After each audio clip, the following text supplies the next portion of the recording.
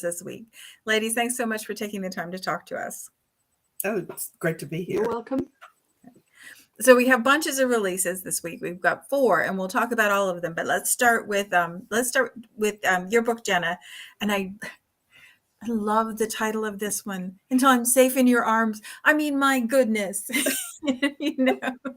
I always pitch a fit about punctuation in titles because it does SEO terrible stuff that makes it harder to advertise. But the title of this one is just like, Good. Well, originally, and that's interesting because originally I had the whole series in my head. Each one had a single word as the title. And the title for this one was Battlefield. And yeah, very as different. in Love is A. Yes, exactly. And I figured that was not going to work when it came time to give the titles to Dragonblade. And so I'm like, okay, what is this book about? And it's about the heroine wanting to feel safe. And that's, she wants to feel safe in his arms. So that's how I came up with that. Yeah. Oh, it's just lovely. And it's so evocative. Like you read it and you go, oh, I know exactly what that would be, like I that, and I want that too. So So it's the first book in a new series. It's the Welwyn Marriage Wager. Yes. And the premise is that the grandfather patriarch of the family is the Duke of Welwyn, and he gets the very bad news from his doctor that he's got about a year to live. Wait. And so his heir is married, and that's what sets him off. It's like all grandsons who are of marriageable be married, and they come together, and he makes them a wager, and I set up that it's a family that cannot refuse a wager, and so everybody loves to wager about everything and anything, and so he wagers that they all 6 cannot get married within a year. If they do, he's going to give everybody an estate and, everything that goes with the estate and money and everything. He just wants to see if they will all do this. Mm-hmm. And so 2 of them are reluctant. The other 4 are in for it. And so everybody finally agrees somewhat reluctantly on a couple of their parts. And the eldest one, who is Alex, who is the hero of this book, he just kind of takes the bull by the horns and says, okay, I'm going to be the first one to get married, and I'm going to get married by the end of the month. And that gives him about 10 days to find and marry a wife. And so he goes off to his uncle's house party, and that's where he meets Emma. And so that's how the whole thing begins. And they don't know each other really from Adam when they meet, but she wants to get married for a reason. He wants to get married for this particular reason. And so they're not going to tell each other what the reason is, are they? No, not at the beginning, not at all. And those secrets kind of, when they come out, they make for a good bit of the conflict. Mm-hmm. I can imagine. So are they married in the earlier part of the book? Do we get time with them afterwards? Yes, but he makes the wager. It's, it happens at the end of the house party. But then they kind of realize we don't really know each other all that well, and he starts kind of taking her for granted, and she starts going, wait a minute, what's going on here? Mm-hmm. And so they have to come to an accord about what they want their marriage to be and why, and that sort of thing. Yeah, which means that we get a little bit of that arranged marriage feeling too, which I really like when you get to see how they're going to navigate. Now we know they're a couple, and we get to see how they're going to navigate. Right. The falling in love part afterwards. It's the first comes love, then comes marriage, then comes baby carriage, and everything's all for hoodled. So. Exactly. It's a little bit out of sync. Yeah. Oh, what fun. And how many other books are in this series? It's a total of 6. So this is the first. There are 5 more to come. So we get all of the heirs, all 6, of the siblings. All 6 of the grandsons, yes. Oh, fun. Yeah. Oh, fun. And the really cool thing, and again, this happened when I, years ago when I came up with the idea for this, they're all 6 named after my father and his 5 brothers. Oh, nice. So I took their middle names Oh, rather what than a their first lovely names. And tribute. so, but except for Alex is actually my great grandfather's name. He was Robert Alexander. So, and his wife was Emma Washer. Mhm. Oh, So what a lovely tribute that I is. took those names. Yeah. Yeah, yeah. So we have actually 4 releases this week, and Carolyn and Cheryl were not able to be with us today, but I want to make sure that we include their books too. Carolyn's book is A Duke in Name Only, and it's the second book in the Entitled Gentleman series. And that one is it's kind of like that reverse thing. You know how we read about the unexpected dukes, you know, the dukes that didn't know they were titled, and then all of a sudden they're titled. But in this case, it's the guy who thinks he's titled and might not actually be. So I'm Oh, really okay. excited to figure out what that, you know, to read, to see what that story is going to be like, because I can't imagine having that sense of this is who you are and then having it completely yanked out from underneath you, and what that would do to our hero. So that one comes out this week too. And then Elizabeth, you have a Lion's Den book that comes out this week, and it's The Lion and the Lamb. The guy on the cover of this one, he looks like he's got some secrets, and he looks like he's not going to tell you any of them. So. Yes, he's definitely meant to be a bit uncompromising, this chap. He's one of those sort of dark, silent Mr. Rochester kind of people who, he doesn't say an awful lot, and he wants to keep his secrets to himself. But I'm hoping that it will draw people in, and that people will look at that and say, well, that guy's a challenge. And so, you know, You love heroes that are a challenge. The heroine is going to be, you know, she's going to get through to him, then it's going to be interesting. So he's hoping that that's what that cover will say to people. So what is it that drives them to Miss Dove Lyons? Well, Mrs. Dove Lyons is so useful, isn't she? She really is, because, you know, it's just like a nice big bow right in the middle of the story that ties up what you started out with and what you're going to end up with. What drives the heroine to Mrs. Dove Lyons is the fact that she's had a rather abusive marriage. I don't go into much detail about that. I will let the reader imagine, you know, that it wasn't good for her.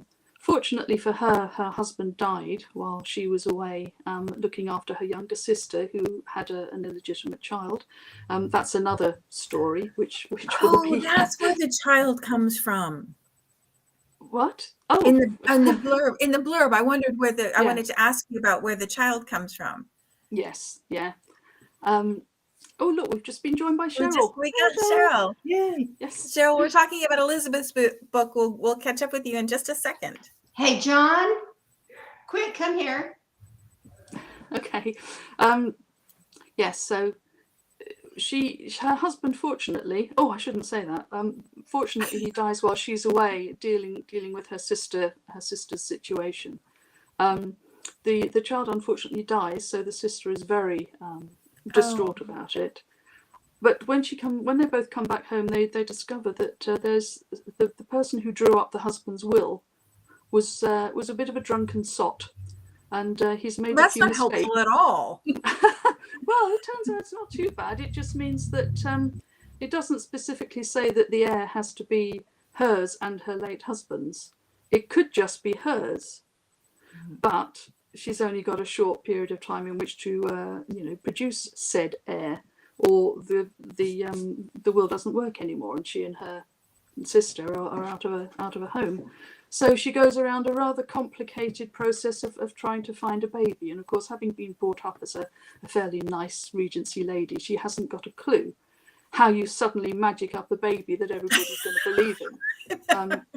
So it makes sense to her to maybe go to a foundlings hospital. And there was a foundlings hospital in London, which has now been turned into a museum. I haven't been to it, unfortunately. I would love to go because I'm fascinated by the concept. But basically, ladies who couldn't look after their children would leave them at the foundling hospital.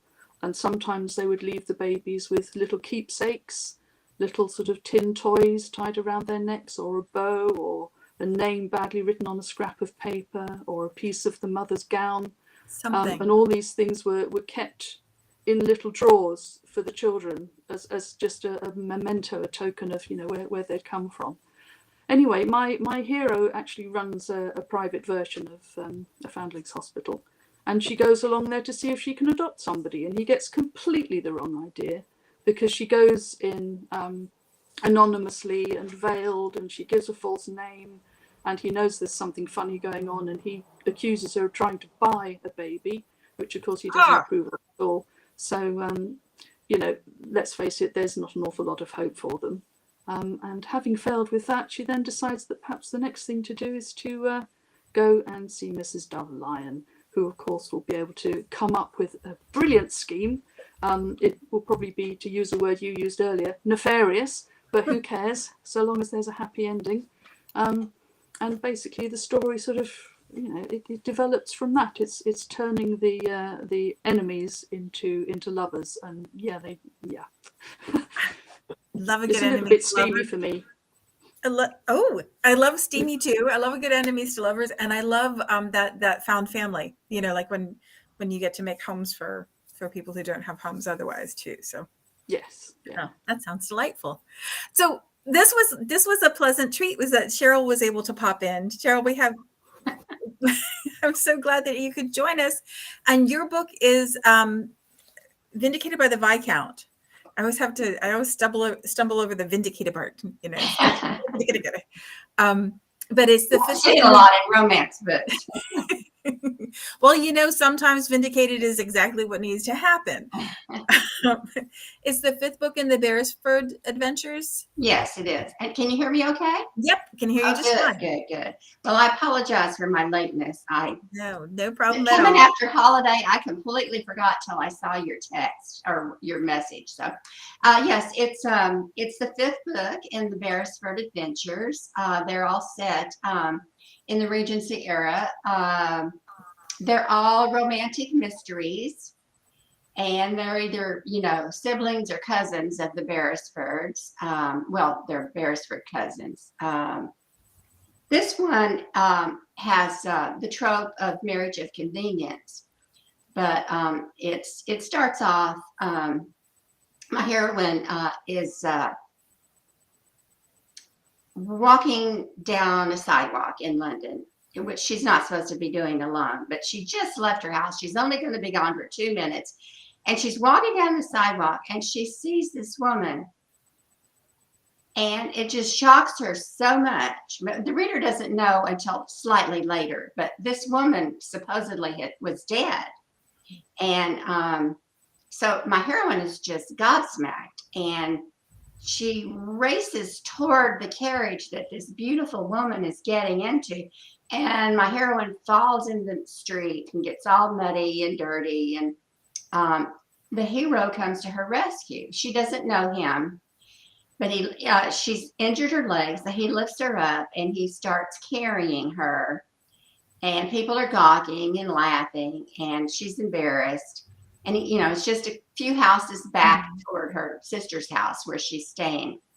And from that arises the next day in a rag sheet in London, they're castigating her for being forward and insinuating that something improper was going on between those two that had just met. But of course, the readers don't know that. Anyway, she's scandalized. Well, unbeknownst to her, he actually recognized her because she had visited Eton when he's a student there to visit her brother. And he thought she was the most beautiful thing she had ever seen. Oh, fun. So out of honor, to save her reputation, he says, well, it's perfectly okay for somebody to be carrying the woman he's going to marry. So it ends up being a marriage of convenience. So that's my favorite trope. The first 10 books that I published, I started out in New York publishing. The first 10 books, I think 9 of them were marriage of convenience. So I really love that trope. And then the whole thing, then there keeps being a lot of scandal directed toward her. And they're trying to find out why and who. But in the meantime, she's also perplexed over how can this woman, I'm sure it looked just like the woman who died. Yeah. And so there's a mystery and there's danger and there's threats against her, as well as her reputation. And he has to vindicate her reputation, but also love her. Oh, wonderful. And I love those. One of the things I love about Marriage of Convenience books is that you get that I don't want to love you. I don't need to love you. Oh, by the way, now that we spend enough time together. Well, I love a slow burn. Mm-hmm. I don't ever like it if somebody just hops in the bed in the first chapter. I want the readers panting by the time it finally happens. Like to me, in the second half of the book, not in the first half of the book, because I like a slow burn. My writer friend says, give me all the sizzle and hold off the steak for a while. Yeah. Right. I like it both. I like the steak in the beginning and the steak in the middle and the steak at the end. I like it anyway. I will read across heat levels and across things. Well, yeah, and that's the readers are that way too. And it's like I've actually got one of my Beresford adventure books does not have a sex scene in it. I did have to get permission from our CEO. Because, she says, our readers like heat. But sometimes it, and see, I don't know if Elizabeth knows being not from the United States, but we have a line of historical romances here in the United States. It's called Love Inspired Historical. And the editor there had asked me to write for them at one time. This is quite a while ago. But I've actually written inspirational. I just wrote one inspirational romance. So I don't want to ever get too graphic in my books, since I have that background a little bit with the inspirational market. So one of the things that I love so much about Dragonblade is that you can read across heat levels. So we have Sweet Dreams, which you can read if you don't want, if you just want the kiss in the closed door, and then the original line is the main is the main line where there's a variety of heat, and then Flame is where it's all steamy, all spicy. So, and I like all of them, and I love that you don't have to choose either. It's like I love if you have a Kindle Unlimited subscription, you can read whatever you're in the mood for in the moment, and that particularly appeals to me, because otherwise my book budget would be obscene. Oh, I just bought an ebook for $8, and I told my husband, this just kills me. I never spend $8 for an ebook. And he says, Cheryl, you can afford that.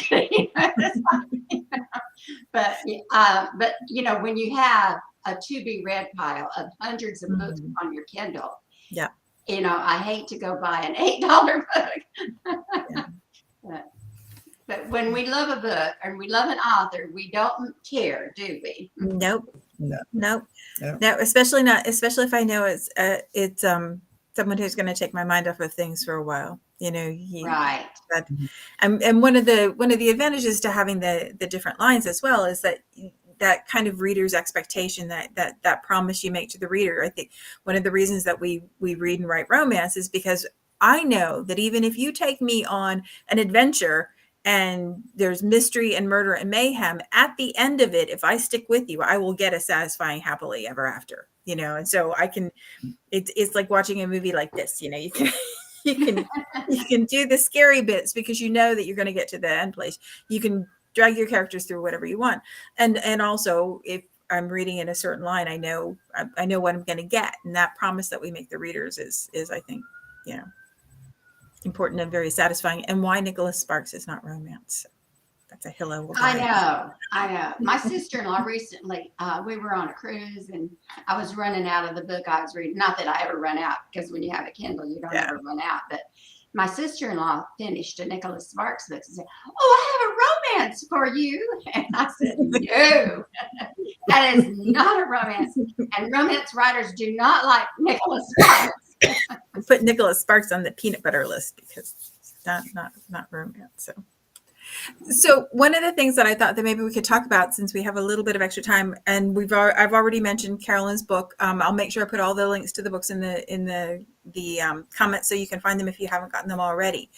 But I thought maybe we could talk a little bit about writing process for you, especially because you're all in kind of different, you're all very, very established authors.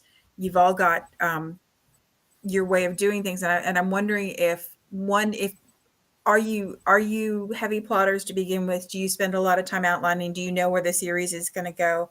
And then also, how's that changed for you over the years? Does it get easier with more books? Jenna, what about you? Oh, I am a very heavy plotter. I cannot start a book unless I have outlined everything. Usually it's about a 10 to 12 page outline. Oh, wow.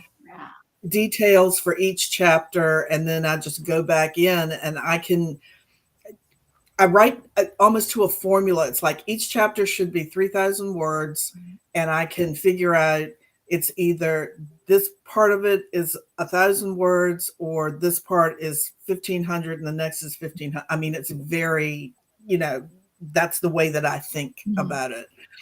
And I don't understand how pantsers can do what they do. It just, to write just a random scene, it's like, well, how's you going to get into that scene, and then what's going to come after? And I've talked to them a lot because a lot of people I know are pantsers, and it's like, it doesn't compute to me. I've got to go all the way through. And that hasn't changed a lot over the years. It's always been that way. But recently, and it's been with the last 3 books that I have written out the outline, and then I've had to change the ending. Oh, wow. For one reason or another. In the Until I'm Safe in Your Arms, I had killed off a character, and in the original outline, and I got into it, and he was such an engaging character. It's like, I don't want to. We don't want him dead. Then we want him around for later. So I had to come up with an alternate ending for it. And the same thing has happened with the second one, The Baron's Halo. Exact same thing happened. It's like, well, do I really want it to end this way, or do I want to do this? So I had to go back and rewrite that. And so it's like I get to a point and it's like, well, maybe I need to change. So I'm getting a little more flexible. It's not like, okay, this is the way it has to be. So that's about, but otherwise I plot very heavily. I have to know 10 to 12 page outline is a heavy plot. That's yeah. Now, how long do you spend doing your outline, Jenna? Well, a lot of times I think I've thought about it a lot before I even put the pen to paper. But once I know exactly what's going to happen, I can sit down and spit the outline out in, a day or two. I can imagine there's an advantage to having that laid out, especially if you have to pop in and out of writing. It's different if you're going to have 6 or 8 hours and you can sit down and go straight through than having to fit in 2 hours here and 3 hours there and in and out. So I can see a real advantage to having the story there so that it pulls you right back in every time. And that was the case early on because I was teaching at a university. And so I would have to get up early and write for a couple of hours and then go off to school. And maybe, during lunch, I would write a little bit more and then come back home and write a little bit in the evening. Yeah. So it was very, but I had to get it done. Yeah. So that's one thing. And it was an advantage because then I could pick it up immediately. Yeah, that makes perfect sense. Cheryl, do you plot or do you outline that heavily, or do you just pants? I have to say I'm more of a pantser, but I have to have a blueprint when I start. And my blueprint is usually 1 page.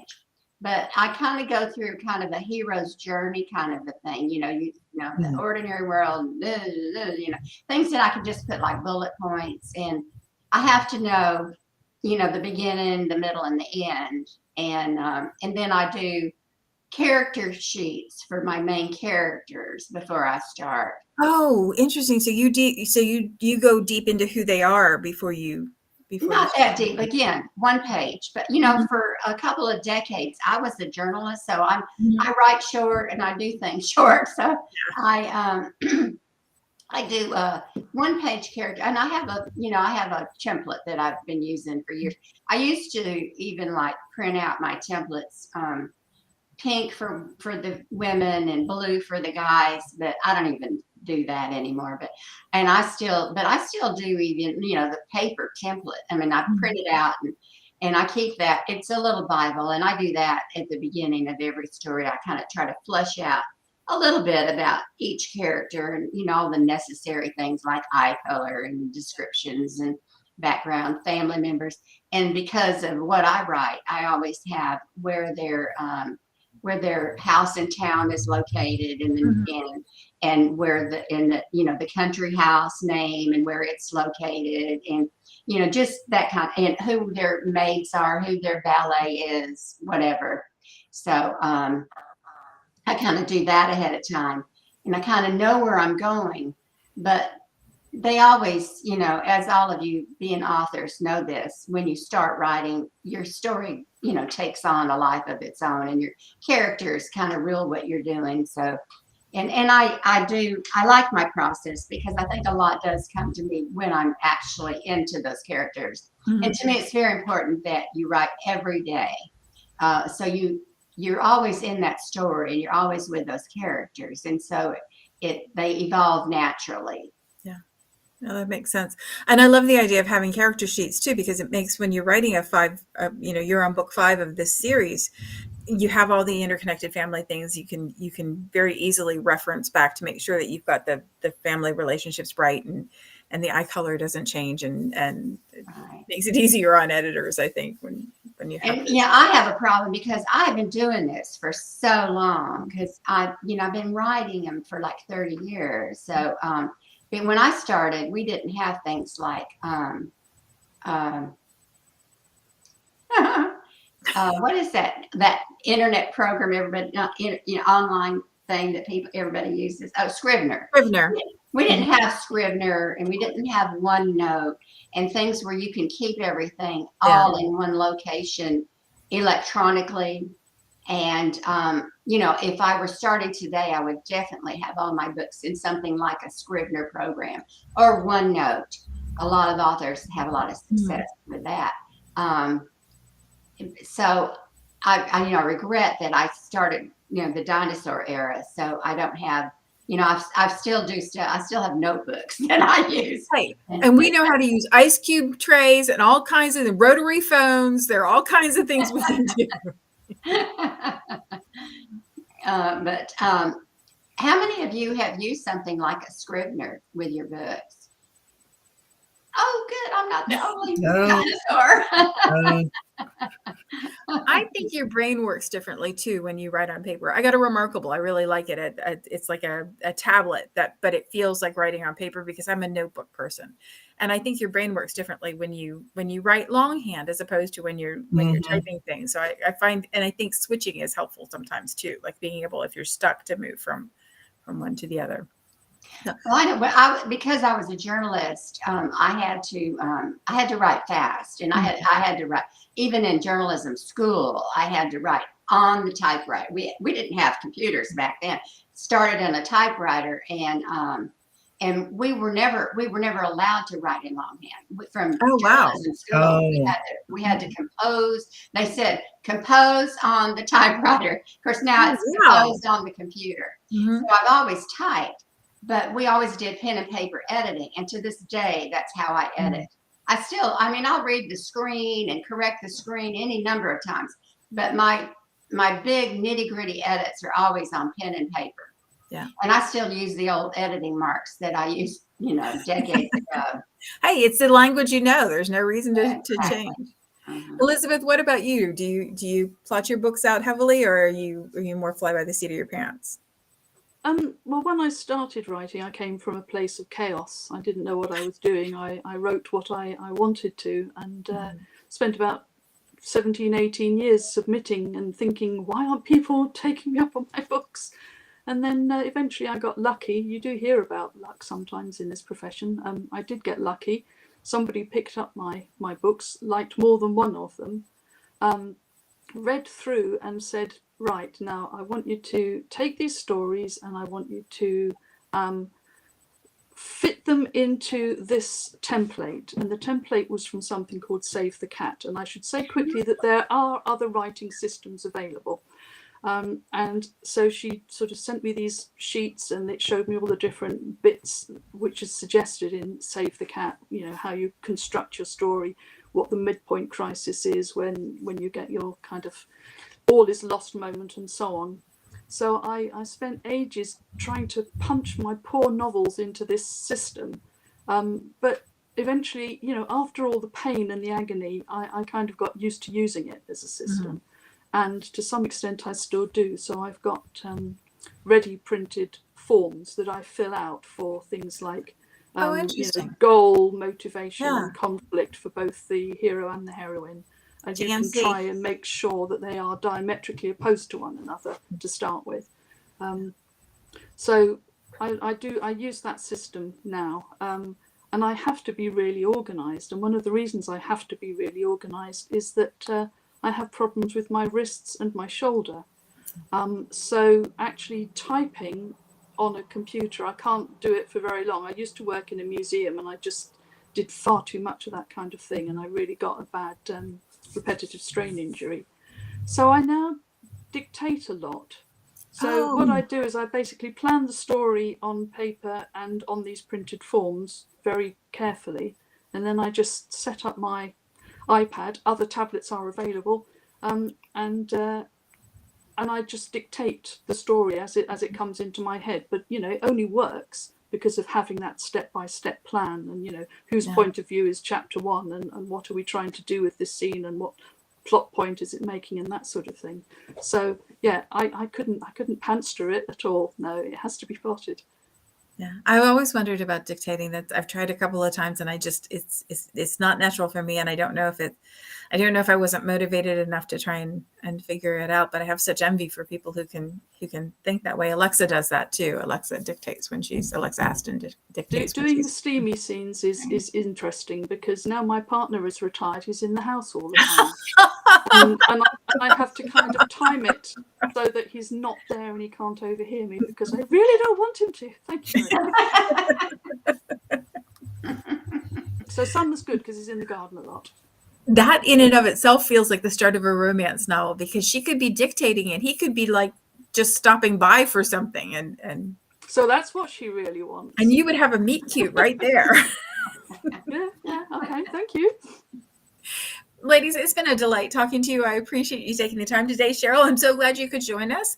I'm so embarrassed. No. I'm glad it all worked out. One of the reasons that we started recording these is because I was going to give myself an aneurysm if we did it live, because the technology is always a little bit of a challenge, and I'm just so tickled when it works out, because I love getting to talk to the Dragonblade authors, and I hope the readers love getting to hear from you all, because there's something about hearing from your favorite authors talk about how they write their stories and talk about their stories that I think is extra compelling. And there's so many good books out this week. I will make sure I pop the links in the comments.